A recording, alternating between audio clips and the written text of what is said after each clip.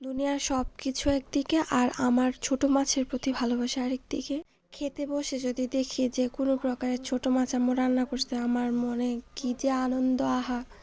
আমি বড় মাছ সবসময় অ্যাভয়েড করি, কারণ বড় মাছে আমার গন্ধ লাগে, এই কারণে আমি অ্যাভয়েড করি। আমার মতো এমন অনেকেই আছে যারা বড় মাছ পছন্দ করে না, অথচ ছোট মাছ অনেক বেশি পছন্দ।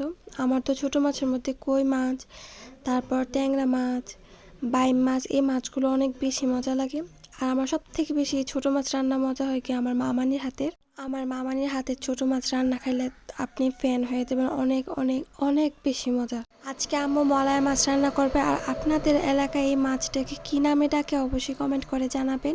আম্মু প্রথমে ভাবছিল যে মলায় মাছগুলোকে ভেজে তারপরে রান্না করবে, কারণ মাছগুলো বড়ই ছিল। কিন্তু আমি বলছি যে না, এইভাবে রান্না করার দরকার না, একটা আছে না যে কি বলে এটারে, হ্যাঁ হ্যাঁ মনে পড়ছে, এই যে তরতরা মতো করে রান্না করে।